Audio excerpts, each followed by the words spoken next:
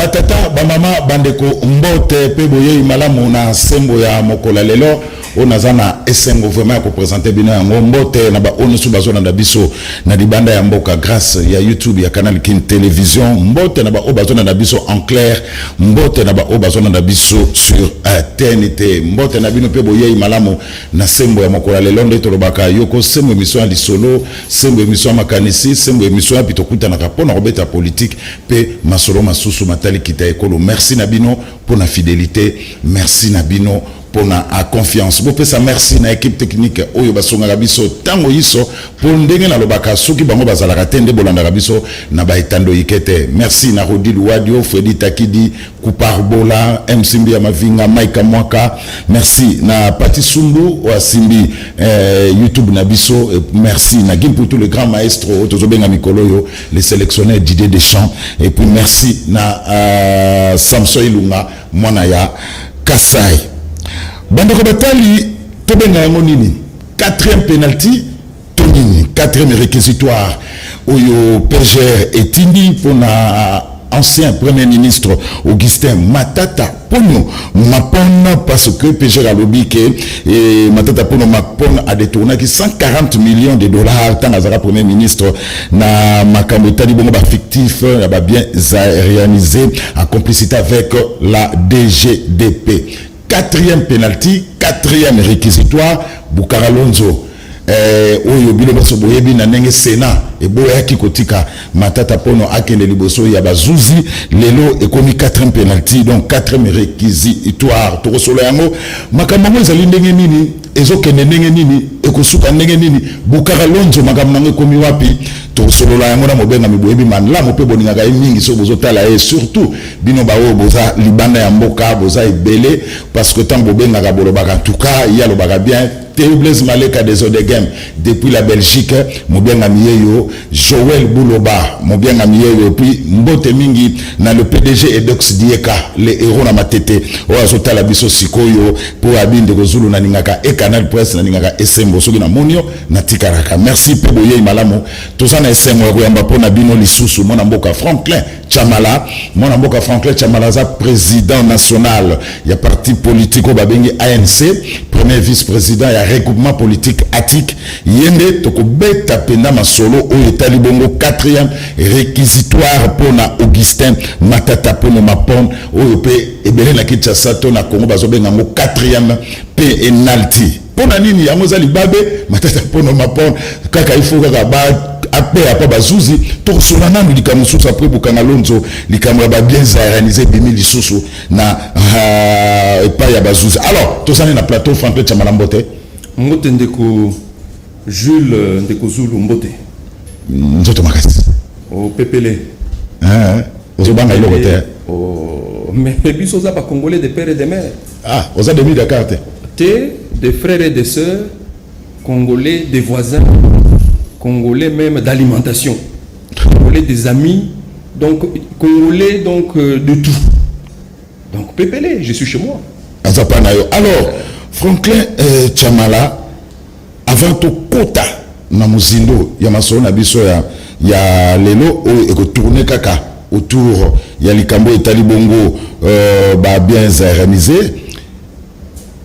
toujours ngana mupa ya réalisateur na bandi olobi mo oza congolais de père et de mère oza demi Dakar te mukonza mboka sala ke miso mokolo na Goma na confrère na biso na consort na biso na kati batunaki likambo ya Matata Pono Mapon po na ndenge sene boyaki ko lever ba immunité nae Maika Mwaka malobomboka. Vraiment ici je tiens à préciser parce que il faut pas que l'ancien premier ministre Matata pense que j'en veux après lui. C'est quelqu'un que je respecte et que j'apprécie beaucoup d'ailleurs. Mais je ne comprends pas qu'on crée cette catégorie congolais qui peuvent d'une part être justiciables et rendre compte à la justice, et d'autre part des Congolais qui ne peuvent pas, qui peuvent eux être extirpés de la justice. C'est très mauvais, et même pour lui, l'ancien Premier ministre Augustin Matata, même pour lui, ce n'est pas du tout quelque chose de profitable, parce que bon, c'est un acteur politique. Demain, il aura C'est peut-être... pas une chasse à la sorcière, Monsieur le Président. Pas du tout, je ne peux jamais souhaiter ça. J'ai toujours dit, il faut que la justice fasse son travail. Et il ne faut jamais compter sur moi pour que j'aille m'immiscer. Posez la question, vous êtes des journalistes, d'ailleurs, il vous arrive de faire des investigations, ou allez poser la question aux juges, ils vous le diront. Il y a eu dans mon entourage, et il y a sûrement même encore, des gens qui ont tenté d'aller, et je le dis ici, là je crois qu'on m'entendra, qui ont tenté d'aller influencer des juges, etc. Je le sais.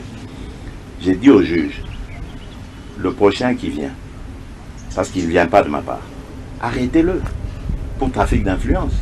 Faites-le. Ça ne me gênera absolument pas. Parce que je veux que la justice soit indépendante. Et surtout qu'elle soit ce bras séculier que j'attends moi, qui va nous aider pour instaurer l'état de droit.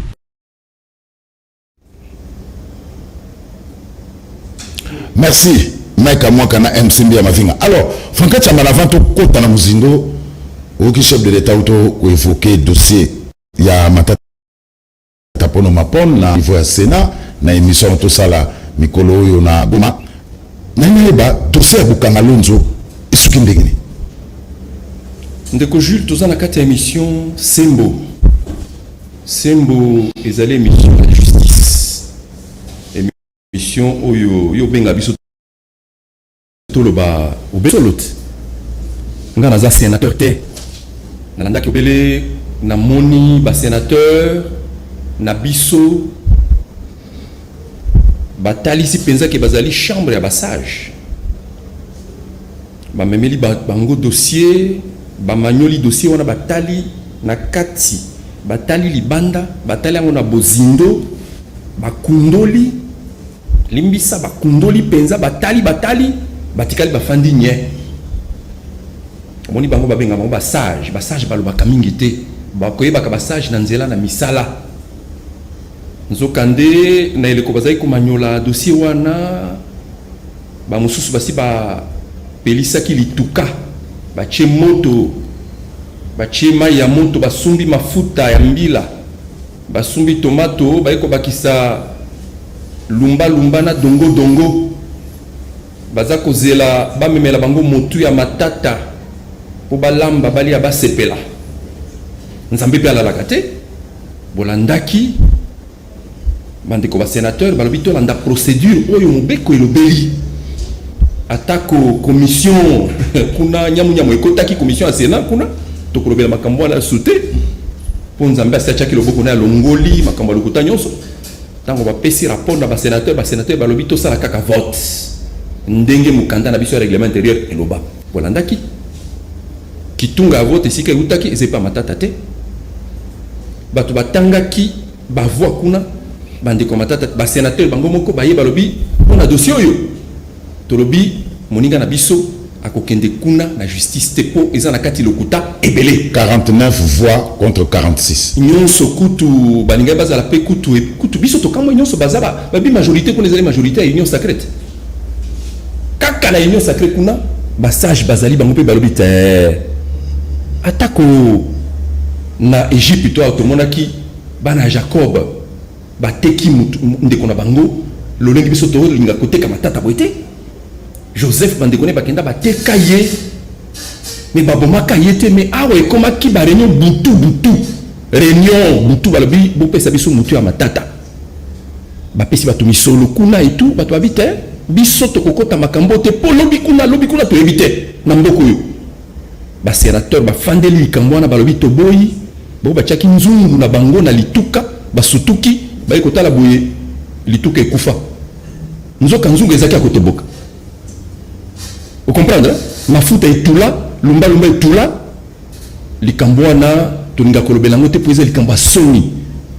Likambo lokute tondi kuna ebele koleka. Nzoka nzambe alinga lokuta te. Na mboko tolobaka oh toza ba chrétien. Toko dédier mboko na maboko na nzambe, mais vous allez dédier un pays entre les mains de Dieu en disant des mensonges. Beaucoup de mensonges. Je voudrais répéter, on a eu ça comme colonion sur le dossier Bukangalonzo. le côté ton débélé la preuve yango yondeko baloni masango matata aloni masango na te gouvernement ilunga mande baloni mais baboy ko kende ko buka masango wana pona kati ya rapport o bafuni matata balobaka ke kuna masango ko bota te baboy ko buka babiso to buki le kuta la biso bimpo lele toti kalikambo ndeko eza soni pona biso eza soni pona mikili misus kuna na kati na balobi kuna biloko nyonso bateka mais matata longo mosala salaire mise reprise ba PV ezali et bandi boni 6 ans après bokende kotuna ye biloko mbongi kuna ba abandonner ba machine ba abandonner expressement ba abandonner pour pas raison ya koteka bukanga lonzo et pas ya bato balimba kende kolona kuna diamba un projet aussi important projet à boyer école sabana mboka non totika motema mabe ozo comprendre waze kwa yemba lobi totika motema mabe so tolimo keke liboso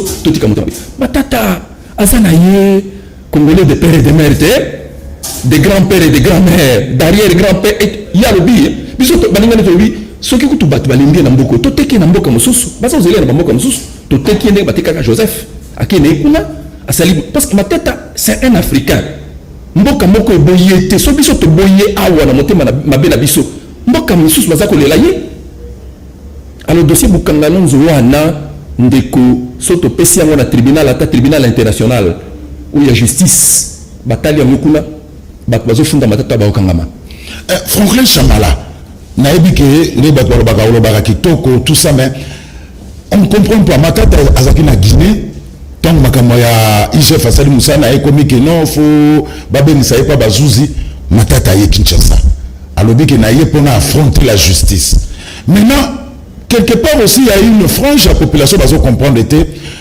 soki matata aza na argument soki ogise matata yebi ke acha maboko na mbonga bukanga lonzo te pourquoi azolinga ko affronter justice te et comme il faut sénat et comme bah gymnastique et belé pourquoi ils veulent pas ils refusent d'affronter la justice non. Or il avait promis qu'il rentre au pays pour affronter la justice oui nanu justice etindela matata ponyo mukanda te oh matata ponyo yake pa na biso yaka ko répondre attends ko ba routine ya été parce que ba immunité na le moté ah nzokande mobeko lobi hein pona osimba na sénateur to député national et sengeli ko la ba immunité pe pona ko la immunité wana et sengeli ba député ba e bananu baza ko la immunité wana pona andini ye balikambo wana malamu ndeko ba député ba tum toza ko la immunité ya moninga na biso pona nini ba sénateur wana ekomaki troisième réquisitoire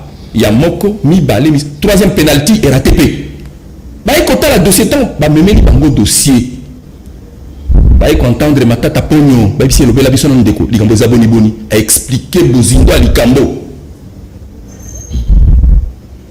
ba yuki batangi mikanda ba kunduli makambo babi awa makambo molili ekoti awa bango moko ba sénateur babi chambre de sage balobi awa ezali boyete justice basala kango boyete et d'ailleurs elle ko yebite za boy gestionnaire ya parc ya Bukanga Lonzo Africom monsieur Kobler alors bien ngam to nazai ko gérer parc ya Bukanga Lonzo mosolo bazai ko futa na gouvernement bazo futa ngo na compte na ngai boni na baza ko convoquer ngai te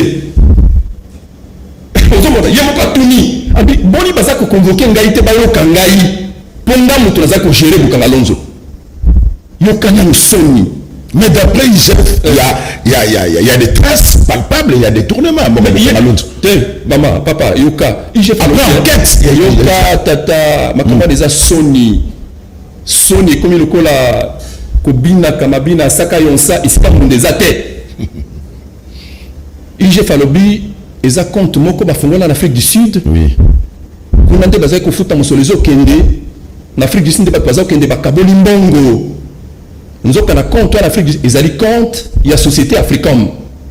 Parce que ma kambuba futa kana banque, au kokobo mangote. Moukono pe compte à l'obi, hein. Ngai boni bazako benga ngai te. Yoka. Et si ka suspicion ezali, et si ka ki ndoke koteli, et si ka makamba molili, ya bosote koti, ya l'obi mokolo compte. ezali société Africom boni biso baza kobenga biso te boni bakanga bikaka na premier ministre wana o biso toyebana komona yebi te ya bona bi atako tokolinga mutu te toteka lokola batekaka Joseph te toteki ye metoboma ye te parce que comme inde bazo kana babi il faut mutu na ye ne tolinto na mutu na ye biso tolinto matata eza bololo ata bokati yango bokoli ape yango te pe bokokata kango ata mokolo moko te bon s'il arrivait que matata ke na justice bagine zali oh tata yokani il n'a pas détourné yokani si biso togeraki l'état pamba matata wana azalaki nanu agent ya banque centrale azalaki nanu assistant ya université na faculté économie agent ya banque centrale conseiller na ministère de finance DG à Beseko ministre des finances premier ministre mutu asali bambule ebele boye yo moni peza mutu pamba basakanaka na mutu agere mbongo ya l'état te bato wana baministre des finances bazalaka na basekret ebele na bango bayebi makambo ebele ya mboka yango woni bafandisaka bango nye na mikili mosusu mais awa na mboka na biso nde na moni bato bakomi lokola kobeta bango bibotu kopusa bango bana basekret ya l'état ezalaka boye te ndeko matata ponyo azali serein alobi soki baningane batangi dossier wana soki basepeli sema kotanga batindi na justice ye azongaki pamba te yebi yango azonga nano awa boni babengaki babi kokoya te parce que kope ya bato ezalaki ya babino toza kolinga tobi tokokanga ye akoya te ye alobi te nga naza mobali nabotama na 9 mois ayaki akiti na aéroport aketi na ndako na ye à se présenter na Sénat.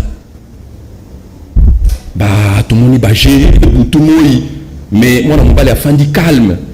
Ce qui m'a dit que décidaki, par le but que biso to continue de kunate zali po ba moni et comme le kola masano ya bandoki. Bazape na raison dossier wana zali dossier ya bandoki. Dossier ya solo il y a le kuta ebele. Mais un jour le procès aura lieu pour dire la vérité. Parce que jusque là il y a un flou total. Flou ezalité. Bukanga Lonzo ezali projet gouvernemental. Et comment qui société à l'État. Ils ont un rapport nango. Ils ont un rapport à audit ebele salima ki kuna. Y compris rapport ya Olozo le baoyo. Na kutanga pe comment on a été. Oh. Faké chamala. Oza comment. Rapport nyo sona et bungité ezali. Il y a mon avis que Matata Ponyo a toutes les preuves. Il y a tout ça, la conférence nationale souveraine. Tout ça, la carotte. Si ma mibou est belé, si ma yamibou est belé, bah, ça, ma cambo, bah, c'est là qui. Tout ça, la conférence nationale. Relecture l'histoire d'Abisso. Bah, qui Makawa, n'a parlé du peuple. Un jour, tu pourrais faire expérience. Je voudrais voir ce jour-là. Bah, tu vas le balé, le hawa. Bah, comme il combine à Saka Yonsa, Pamba, Mbondésalité, tout le monde a bango, bah, fondamentalement, la bango. Alors, c'est un acharnement où la justice a raison. Ndeko, je suis en train de chercher dans les dictionnaires mon O Sengeli. Parce que nous voulons la tête de Matata. Pour quelle raison selon Franklin Chamala? Parce qu'il gêne. Balbi qui a Zakafir Mingi, Zafir Mingi, il y a les gars comme Tambola Nabatute, comme la Nabatute, Colin Batumale Wate, Alinga Colin Batu Nani, Mutu Balambaka, Onani, Musulbalambaka, Nani. Nani ngulu malé tout le monde à quel côté on a été non matata bi ngai so bolukinga côté à poulet mayo ngulu beaucoup monde ngai té mais c'est pas parce que avoir d'ambition politique. En tout cas les ambitions on les déclare. Je n'ai pas encore entendu mon chef me déclarer qu'il a quelques ambitions. D'ailleurs ici Franklin, j'ai été ministre des Finances. J'ai été premier ministre dans ces pays sur 80 millions d'habitants premier ministre. Si qu'on a convié les sous poste nini na sali misala nanga emonani atako bando ki baza kondima yango te na sali yango emonani mikili misusu baza kolobela yango abi mikili misusu baza kolobela yango parce que la vérité reste la vérité, les mensonges c'est les mensonges. Bible le dit, les ténèbres ne rayonnent toujours pas sur la lumière. Ténèbres regnaka tamuke mais comment na muke te bungi. Quand le chef de l'État dit que Matata, il apprécie beaucoup Matata. Bon, je ne vais pas commenter le chef de l'État. Le chef de l'État, les propos du chef de l'État. Le chef de l'État a droit d'aimer celui qu'il aime. Il a droit d'apprécier celui qu'il apprécie. De la même manière, Namoko n'apprécie pas. On a apprécié, on a apprécié. Mais je dis que dans cette affaire, Awa, Makambo et Matata, mon livre est Zanakati. molili mozali yango omoni mais soki molili eza na kati Franklin Chamala toyeba kasi molili yango toyeba vérité mais vérité yango mabuka na lonto badetourna to badetourna te parce que jusque là bezotika population na suspense ndeko oui tobandelaka miko tolobaka boye bukanga lonzo ezalaki kotambola malamu mingi koleka kino biso tolonge na gouvernement na 2016 bato bazali kolia fufu na kati na Kinshasa wa bale basepeli omemelanga kuna masango na place comment misala mipesa melaki na bandeko na biso kuna bilango ezolesa bato mabota barapport ya gestion ya bukanga lonzo ezali bato batelemisaki mosala wana bayebi te na batelemisaki yango matata atelemisa mosala wana te alors batelemisi mosala bakomi koloba non mosala oza mabe banani batelemisi mosala ndeko parce que rapport elobi gouvernement oyo eyaki nsima na biso ezalaki gouvernement ya Badibanga ya Sami Badibanga bapesaki so mosolo na projet wana te comme projet wana ezalaki kofinanse na bainvestissement na yango bazalaki so na makoki ya kocontinue te mosala mpe etelemaki bapoint de vente na Kinshasa ekomaki bisika basheki bazokende kolala bapie nyonso matata est responsable de ces choses totika makambo ya masano wana eza masano bana mike mais tolobi tôt ou tard dans ce pays toko rendre compte si nous ne rendons pas compte nos enfants rendront compte omoni tozolobela makambo ya zéréalisation bato basalaka zéréalisation eza banani Mobutu na bato ya comité central Mobutu aza sute baninga na bakufa bato bazofuta nyongo bango bazwaka wana eza biso na bana na biso yango omoni le tozolobela yango Mobutu akenda na ye pe ya sonam bato baliaka biloko za iréalisé wana biloko ya mindele oyo babotolaka gouvernement botoli epesi bato baliaki mosolo lokola nguba bakenda bango nyonso mosusu bana na bango baza na bomo ekino lelo bakoma kobeta ligne 24 makolo mais comment bayibaka biloko bato te ozomona bafuta mpe nyongo te mais bato tokomi kosamba makambo wana lelo eza biso baoyo baboti na biso bazwa eloko te tokosamba mpe yango bien pour les Mobutu asalaki réalisation tozaki nde na classe matata azaki na classe mais ye moto afuti nyongo wana Franklin Chamala alors quatrième réquisitoire il y a procureur général près la cour constitutionnelle à quoi procureur alobi Augustin Matata Pono a droit 140 millions de dollars il y a l'état et il y a pas fictif na complicité à la direction générale il y a dette publique. Quatrième pénalty. Tout ba matata kobika to akobika te. Ndeko matata za Franklin Chamala. Matata za mwana na Nzambe. Depuis batindaki réquisitoire wana, oui batindaki ngolé nini. Soko tangi date réquisitoire est salemi le 24 juin. T'as la date madame, le 24 juin. Et le PGR a sali réquisitoire naie a signé le 24 juin. Et c'est ngeli ko sa peuple. Le 24 juin, Sénat est en pleine session. Le 24 juin. Yangoana. Ils ont tout au comité. Ils ont dit PGR Yemoko, PGR Mokolo, un homme très intelligent, va déposer réquisitoire dans le Sénat Awa le 28 juin à 12h. Mais il a déposé un Awa caché à Sénat, ils ont fait foi. Au coup qu'ils ont vérifié 12h. Sénat est en pleine session. Est-ce que vous trouvez madame? Bayeko bimisa mukanda wana tango Sénat est session nango à 19h. Nde ba bimisi mukanda ko lakisa matata babino ba uti tikela biso mukanda moko apona o lisusu. Wana to ba kindokite. Parce que la conclusion de lobby, le présent réquisitoire relate les faits de détournement de deniers publics à charge du sénateur Matata Pono Mapon Augustin dans le processus de paiement de l'indemnisation des personnes physiques ou morales victimes de biens aérianisés. Il s'est avéré que les fonds décaissés à cette fin par le trésor public ont bénéficié aux personnes complètement étrangères à ce processus. Pour y parvenir, le sénateur préqualifié en étant Premier ministre a favorisé le décaissement par la procédure d'urgence des fonds publics qui n'ont pas atteint le véritable victime, mais dont il s'est procuré des avantages illicites en utilisant les 10 fonds à son profit personnel. Les ordres de paiement informatisés au pays en constituent la preuve de paiement. Par ce motif, qu'il plaise au bureau du Sénat d'autoriser l'instruction à charge du sénateur Matata Ponomapom Augustin pour détournement de deniers publics et lui permettre ainsi de présenter ses moyens de défense.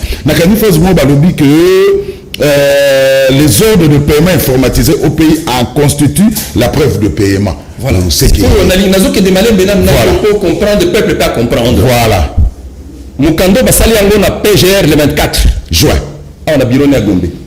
A déposé, on va faire déposer yango na Sénat le 28 à 12h. Sénat ezalaki na nous en pleine session. Sur le plan de la forme yango wana. Ceux qui sont allés en pleine session, Mukanda on a déposé yango, ils allaient destiné na plénière à Sénat. Mais babombi yango ti Bazeli Sénat ekende na vacances. Nde babimisi yango balobi lokola to bimisi yango ce n'est que na vacances, ça veut dire bureau ndeko traité yango. Est-ce que le peuple m'entend? Pour nani babombeli plénière Mukanda wana soki na kati wana kinduki ezali te.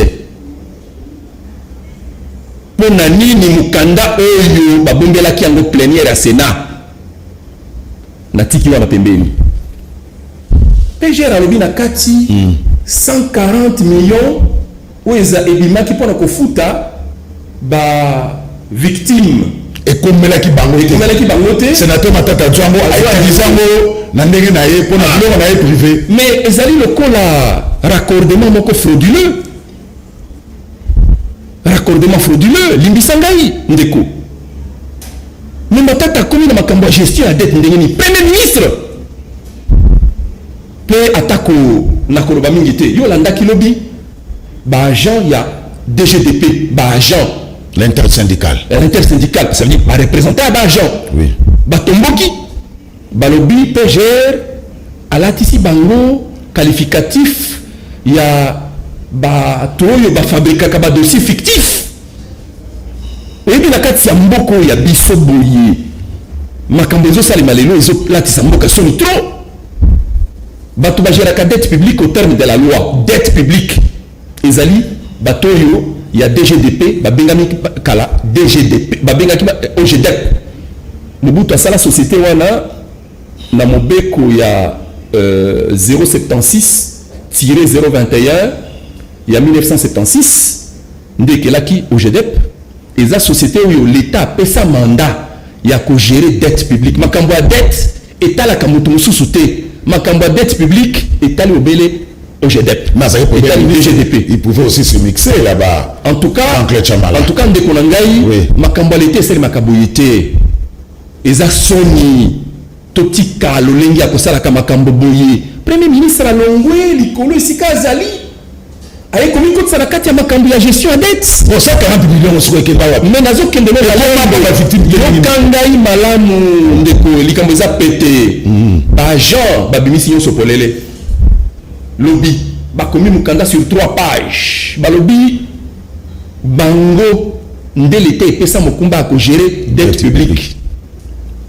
Soki muto ayi alobi kazana l'état zana nyongo na ye lokola dette ba bien zayenze za biloko yo Mobutu abotola ka mindele apesi yango ba congolais ba gérer ba congolais bazako benga bango ba acquéreur baninga na comité central ezaki biloko ebele ya mindele ezalaki na itando munene ya mboka na biso nyonso. Tango président Mobutu apesi ba congolais ndenge wana alingaki a créer pe classe moyenne eza na 1973-74. Tango comment na mbulu ngane koti na makambo wana bakolo biloko bake kofunda ye na bamboka na bango musu bake na tribunal nde président Mobutu asengaki gouvernement ba créer société oyo ko gérer dette publique babengaki OGDEP na 1976 mobeko ezali epesi OGDEP makoki nyonso ya ko gérer dette publique. OGDEP ezalaki société oyo ezalaki sous la tutelle à portefeuille, donc ezalaki société à portefeuille à l'état. En 1978 l'État a définir ma mesure de recouvrement. Ça veut dire que bato bazwa ki biloko sengi pa banda pe ko futa mbongo ya batu. Ba futi na l'État pesi ba ko mbongo. Po ba ko mbongo ba ko réclamer na 78.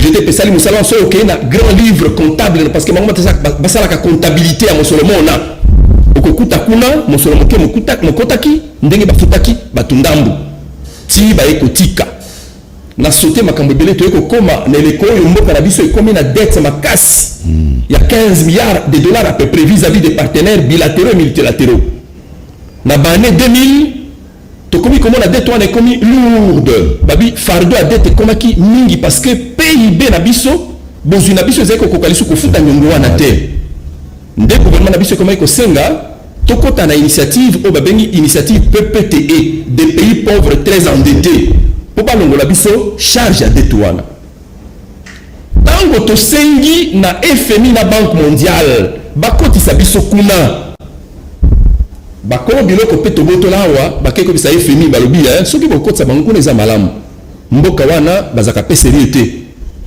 to sengi soki bokolongola mukumba ya nyongo bango bazo epana bino bosenga bango bafuta pe nanu nyongo ya biso balakisa ki baza sérieux ça veut dire soki bakolongola bako effacer dette na biso biso pe sengeli to lakisa que toza de bonne foi to futa nyongo bato to zoa sur les biens aïanisés des alaki conditions monaki ba ministre nyonso balekaki ya finance depuis 2000 Matungulu Mbuyamo le professeur a signé un protocole d'accord na bakolo mosolo atako bakotanga yete pour matata ndaza ko gêner bango ba protocole d'accord les na OGDP na DGDP Mutombo kwa makosa a signé ezali kuna na DGDP Marco Mbanguli a signé ezali kuna na DGDP Matenda Kielu a signé ezali na DGDP ndeko Matata asignaki kutute eza vice na yende asignaki metala batangi kombo na ye Matata sala bango nini c'est le vice qui signe chef de la délégation oui Maïka moi comme merci mukanda ya les alliés de la délégation de la République Mbishongeza vice ministre ya finance ye muta signaki et puis pour la signer mukanda boye ministre asignaka pambate ako signer sur la autorisation à chef du gouvernement et puis mikanda nyoso yoki ba protocole d'accord wana bato ba prépara kango ezalaka bato ya DGDP bato ya OGDP mikanda yomoni bango bakolo nyongo nde bayebaka nani oyo azana nyongo epa ya RDC awa tozana nyongo ya nani bango nde bebi na mikanda wana babiko tanga batangi bakomi na ba protocole d'accord boye ba délégué à gouvernement ba signé soko tali wana ezali procès verbal eza réunion oyo ezalaki convoqué oui Rodi uzakoka ba réunion oyo nyonso mona ba bengi na makamba nyongo muta convoqué kango ezalaka DG ya OGDP ya DGDP parce que yende muto azali gestionnaire ya nyongo soki oyo olobi l'état azala nyongo na ngai oleki kuna ye akoyoka yo olakisi mikanda na yo enregistré akobengisa commission oyo etalaka makambo ya nyongo na kati ya commission wana banque centrale ezalaka budget ezalaka finance ezalaka bato ya DGDP bazalaka ba partenaire na biso ya FMI na banque mondiale bazalaka pe kuna bato ya banque africaine de développement bazalaka pe kuna mukanda oyo simbi wana mukanda simbi wana ezali procès verbal ezali signé na 2010 et le commentateur azalaki ministre ya finance bato ya DGDP ba préparer mukanda wana balobi na eleko oyo gouvernement na biso elingi ko atteindre point d'achèvement ya initiative PPTE ba partenaire basengi biso to sala diligence to silisa makamba banyongo oyo tozana wana bato ba bien aïranisé ba préparer ki dossier wana Matata signa te ndeko Matata signa dossier wana te ezali te kakimaki azaki na misala mosusu vice na ya signaki na kombo ya délégation nyonso mais bamikanda oyo ezalaka préparé nde na DGDP yango bato ya DGDP batomboki balobi bango baza bamiyibi te bazalaka wana mpona kofabrike badossier te mpo bango bayaka na badossier liboso ya ba FMI na banque mondiale FMI na banque mondiale nde bayebi bozindo ya nyongo oyo mpo bakolo nyongo bafunda biso kino na bamboka na bango sikoyo na bamboka wana bakamata badossier na bapesa mpe na bato ya FMI ntango bato ya FMI bayaka na mboka na biso bayaka na badossier wana bakokuta pe bakopia ba dossier ezali awo kana mais ceux qui déjà justice a lobby que ça 40 000 bimaki malgré l'explication sur ça c'est que pas na ba preuve non mais la conclusion la bombe ba biango tikara pe ça yo explication comprendre mais si kawa lorsque les paiements interviennent au profit voilà des victimes prenez ça kokota kunate Parce que Mikando Ezalaka et Salemi Ezalaka, PV, protocole, n'a pas échéancier. Quand le paiement intervenait, on a ma tête à son premier ministre. Ah, ça, Premier ministre, mais Premier ministre, raconte à ma chaîne de dépenses. Ça m'étonne que, on a beaucoup de choses, on a un Premier ministre, le coup là, Zoba, Moko, Boya, Kouta, ma camion. Farid Chamala, il ne peut pas donner des injonctions. Il faut les prouver. Balbi, au pays, ils ont ordre de paiement informatisé. Kuna makambo urgence ezalaka te na kati ya au pays. Naoki babi urgence. Il a donné ma foot à part les voies d'urgence. Sauf la foot au pays, ça veut dire qui la voie normale. Et ça voie d'urgence te. Voie d'urgence c'est bien ça au pays te. Moi je suis un ancien ministre, je sais de quoi je parle. Tata Zulu, voie d'urgence et bien ça au pays te. Au pays et bien la régularisation. Totika lokuta ndeko. Premier ministre Matata, comme tous les autres premiers ministres, bakota kana makambo chaîne de dépenses te. Na kati ya makambo nyongoyo, batu ba engagé à dette, ça batu service à dette. Ba engagé et l'équipe de budget et qui na finance, ba ordonner paiement que ça na compte, il y a bateau baza identifié comme étant des victimes. Bateau na tanga mukanda no komona, tango négociation salemi et salemi entre le gouvernement na biso, ba délégué à FMI, il y a Banque mondiale et BAD Bazali. Oui, BAD, FMI, Banque mondiale. Ndeko, ça veut dire que toi, là, pour convaliser, c'est fictif. Vous voyez ce que nous faisons là? Et là, normal? Non simplement ça. Quand vous êtes au foutu, monsieur Loa, on a la compte à Batou. Banque mondiale, FMI, Nabad, Bandimi, Balongo, Nelibiso, Nongo, et Zaki Monone, à peu près 11 milliards de dollars. Balongo, il y a l'autre CP là, on a un Kanabiso. Tolobi, Balongo, Nelibiso, na point d'achèvement, il y a initiative PPTE, vous avez le Premier ministre Leroy Nezali, Premier ministre Mouzito. Balongolé lui sont presque 11 milliards de dollars. Si quand les autres ont posé pour nous, Bafoutaki, fictif. Est-ce que c'est normal? Fictif, Bafouti Bango, FMI, la Banque mondiale, m'a dit que l'on a 11 milliards. Ça n'a pas de rapport. Ça n'a pas de rapport. Ça veut dire que tu fictif. FMI, la Banque mondiale, Bazou, fictif, ou Babino, ton dimi, ton ngoli, on a 11 milliards. Ce que ça bouille, kasi. PGRA Kende Moussika. Alors, Wakaka bouille, t'es. Biso tolingi yongo 11 milliards et zongo. Hein? Mais kasi, bazong s'appelle bon la biso te fouta 140 millions. Coûte les 140 millions te.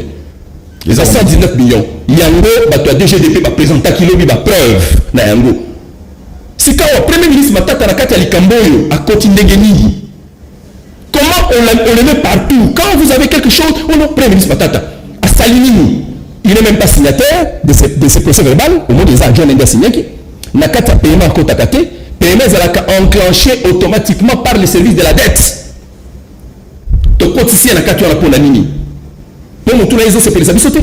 Merci. Alors, Topé Mamouké, l'économie intersyndical, il y a direction générale, il y a public, Bango, intersyndical, c'est là qui déclaration mon lobby.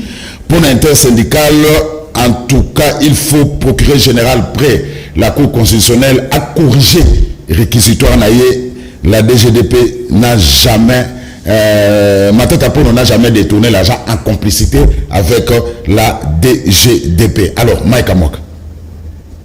En effet, la DGDP est un service public, organe conseil du gouvernement en matière d'endettement public. À ce titre, elle gère les dossiers bien réalisés conformément à la loi en la matière. Des mandataires et quelques propriétaires des biens réalisés ont physiquement pris part à ces assises préparées par la DGDP en présence du représentant du FMI et des délégués de certaines ambassades. Sur les 9 dossiers objets de votre réquisition, il s'y est indiqué que 5 sont des indemnisations des anciens propriétaires et 4 résultent de condamnations judiciaires et des litiges commerciaux. En outre, certains protocoles d'accord ont été signés par plusieurs ministres avant la période sublisée. Les déclarations sur l'existence des dossiers fictifs qui n'existent même pas dans le grand livre de la dette publique est une tâche d'huile sur la crédibilité de l'institution qui gère la dette publique et qui est un des piliers devant jouer un rôle très important dans le nouveau programme du gouvernement avec le FMI et la Banque mondiale, notamment la non-accumulation des arriérés du service de la dette extérieure et la préservation de la viabilité de la dette extérieure de la RDC, causant ainsi un préjudice de la notoriété et le prestige de la DGDP, l'intersyndicale est disposé à rencontrer votre autorité pour laver le discrédit et que vos services vous ont induit en erreur sur la DGDP, l'interlocuteur censé négocier des accords de financement avec les partenaires extérieurs de la RDC. Au demeurant, les anciens propriétaires des biens réalisés ont bel et bien été indemnisés. Les ambassades européennes à Kinshasa peuvent le témoigner. Le service de la DGDP extérieure a été effectué de manière régulière à travers la chaîne de paiement depuis 2006 à ce jour. Nous vous prions de bien vouloir rectifier votre réquisition et de ne plus indexer la DGDP qui n'a pas payé ni monté des dossiers fictifs au profit de qui que ce soit. Ce fait l'asile. Voilà, wana ayaki bongo ndeko Richard Kapanch azabongo président intersyndical, il y a direction générale, il y a dette publique. Alors, tout ça déjà couché, finalement, ndeko Franklin Chamala, donc finalement, Augustin Matata pour nous parce que jusque-là, on ne comprend plus rien. 4 réquisitoires, 4 pénalités, comment même pas PG pendant 3 mois. Finalement, comme il y a un problème. Ndeko, ngana lobisio li kamba pénalité. Yomoko, motolingaka baltro, obimisi kamba pénalité. Mais PG la beti pénalité na ye. Bato bakangia mweza bato DGDP, na boa, ba gardien, il y a dette publique. Ba lobi pénalité oyo, eza pénalité moko, et koko tate. Donc PG a beti pénalité na ye na esengo nyonso, mais DGDP e kangi bal. Mbappé Koutou Sima Domobulu Nabi Ndeko Totika Matata Polo Kinya Ba Angelo Basambi Likambouana Ba Bibiso Tomona Matata Premier ministre au Kendekota Makamba dette publique Ndengenini Makamba paiement Ndengenini Yeko Azaka na chaîne de dépenses T Ata Tolingi T Totika Nano Kinya Zatata Abana Soko Tangi réquisitoire Comment les a jugement au Bimba Eza la connotation jugement babi a izoki mongo on dirait tout le monde kendeki ba fouti mongo le corps dette publique pe ba futa ka mongo boité ba tia kandela ba banque pesa na ba compte ba trace ya ba paiement za retraçable mais bolati si mtulika muka boye tate abana azana mwasina bana azana baleki azali penza mfume pa na bango bolati likambo boye ate ndekoyo eza boité likambo yo ndeko atabiso to sambi yangote nzamba ko sambisa kabatu likambo yo. Moi je suis un enfant de Dieu, je sais de quoi je parle. La parole de Dieu dit que toute langue qui s'élèvera contre nos justice, nous la condamnerons. Mais avant que nous nous condamnions, la parole a déjà condamné. Et toute arme forgée contre nous sera sans effet. Yango moni makambo qui na sena kuna ba chi manduki ba beti ba moni place matata zalaki ba beti ndé papier dessin animé. Vous comprenez? Toute arme forgée contre nous sera sans effet. Surtout ceux qui n'ont pas monté, c'est sans effet ndeko. Franklin Chamala Nabi bato basambi likambo basisi ya mwezali bato DGDP bango moko balobi biso tuyebi makambo ba fictif te kutu yambo enquête wana esalema esengeli banda ndekunat na DGDP mais tala bato ba sauter DGDP bakeka komona ennemi na bango matata ponyo et matata ngoza ennemi na bino asali bino nini boeli le nini. Franklin Chamala monsieur Sili, moi je suis désolé de quoi une minute bon message à ce qu'on a message na so ezeto on est solo lile. Tu sais nous nous réveillons le matin tous akaka to benga kaye to bino ndeko olali ndenge ni kuna parce que nous craignons que binemi ne bale ke la wana mais bakokokate il est enfant de Dieu, il est the child of God à cause na ye mabota ebele bakoza la privé l'héritage na mboko yo à cause na ye makambo ba salawi. Beaucoup de familles seront privées de leur héritage dans ces pays parce qu'ils poursuivent un juste pour rien. À cause de makambo ba salawana, je dis ceci encore une fois nabi que dans ces pays, ban ebele bakotika ba malheureux parce que leurs parents auront été des ennemis d'un homme qui leur a fait rien du tout. Totika makambo ndeko, nous n'avons pas l'habitude de maudire les gens. Moi j'ai l'habitude de bénir même mes ennemis, mais dans ce qui se passe makambo boso le lekebele bande ko DGDP balobi boni ba partenaire bazo ka makambo boye bayaka ko négocier biso makambo dette ba pesa biso confiance ba yoka ke biso tout monde ba commenter ba fictif donc bango pétan ba yaka ba fanda kana mais ça pour tout le ba fictif donc Banque mondiale FMI bad ba yaka ko le makamba fictif na mboka na biso ba signer pe mikanda. Ça c'est quoi ça? C'est honteux. Franklin Chamala, président parti politique ANC, premier vice-président regroupement politique Atik, merci. Merci beaucoup Ndeko, merci. Merci Nabino, ndenge bozala ke bela olanda biso bino mo bolandi lisolo ndenge elekina ndeko Franklin Chamala ozaki mo bien amena biso mokola lelo tobanzi tozaka kasima ya dossier toza kolandela totala ekosuka ndenge nini. Alors botika la malamu nde na kombo ya nzambe pe na ngulu ya nzambe pe mutapesa biso makasi tokutani mbalasi makasi bobo sanate ndeko zula bien Bichilix mode na komina Bandalungwa non loin ya bloc commerçant na bi mikolo bokomela pema parce qu'un journaliste doit être propre à la télévision.